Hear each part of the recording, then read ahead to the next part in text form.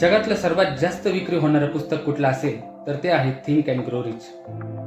लोक आपल्या विचारांमध्ये परिवर्तन करून आपल्या जीवनात कसे सक्सेसफुल बनू शकतात, कसे श्रीमंत बनू शकतात याचं नॉलेज या पुस्तकामध्ये स्टेप बाय स्टेप मांडलेलं आहे.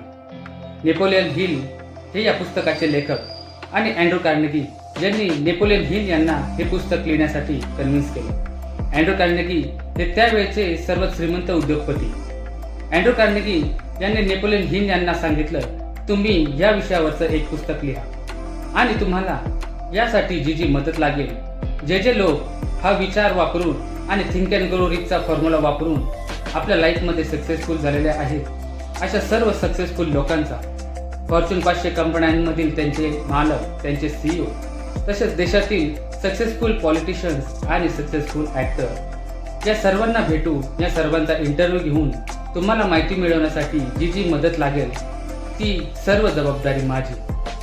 आणि हे पुस्तक लिहिण्यासाठी तुम्हाला कदाचित 20 वर्ष किंवा त्यापेक्षाही जास्त काळ लागू शकतो. आणि हे पुस्तक लिहित असताना तुम्हाला कुठलंही मानधन आणि कुठलाही पगार मिळणार नाही. आता सांगा, तुम्ही हे पुस्तक लिहिण्यासाठी तयार आहात का?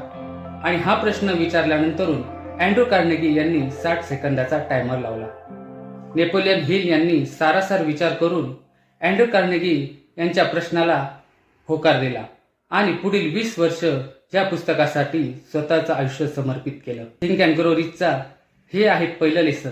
एखादं अवघड काम करताना सर्वांनाच भीती वाटणं साहजिक आहे, परंतु सक्सेसफुल लोक या भीतीसहित त्यावर ॲक्शन घेतात आणि अनसक्सेसफुल लोक नेहमी ॲक्शन टाळतात.